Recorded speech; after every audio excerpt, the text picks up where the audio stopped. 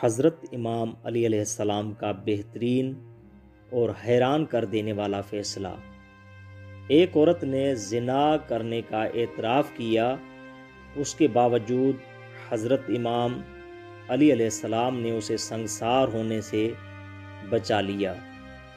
اصل واقعہ یہ ہے کہ ایک مرتبہ مسلمانوں کی دربار میں ایک عورت کو قیدی بنا کر پیش کیا گیا اور اس عورت پر زنا کا الزام تھا۔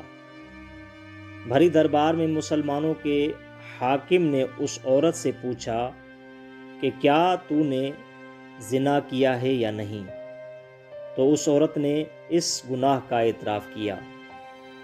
یہ سن کر اس حاکم نے اس عورت کو سنگسار کرنے کا حکم دیا۔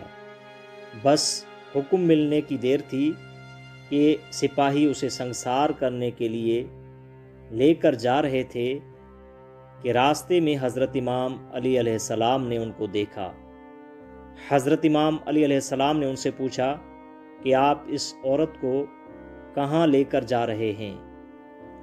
حضرت امام علی علیہ السلام کو بتایا گیا کہ اس عورت کو سنگسار کرنے کے لیے لے کر جا رہے ہیں کیونکہ اس عورت نے زنا کیا ہے۔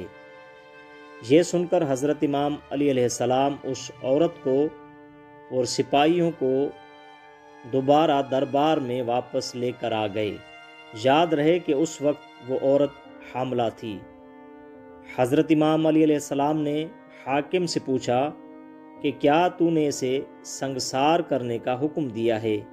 تو حاکم نے کہا کہ اس عورت نے زنا کیا ہے، اس لیے میں نے اسے سنگسار کرنے کا حکم دیا ہے۔ یہ سن کر حضرت امام علی علیہ السلام نے فرمایا، اس کے شکم میں جو بچہ ہے اس نے کون سا گناہ کیا ہے؟ اور حضرت امام علی نے فرمایا کہ اس عورت نے جو زنا کرنے کا اعتراف کیا ہے وہ آپ کے خوف کی وجہ سے کیا ہے۔ کیا تو نے رسول خدا صلی اللہ علیہ وآلہ وسلم سے نہیں سنا کہ جو خوف کی وجہ سے کسی گناہ کا اعتراف کرے تو اس پر حد جاری نہیں ہوتی؟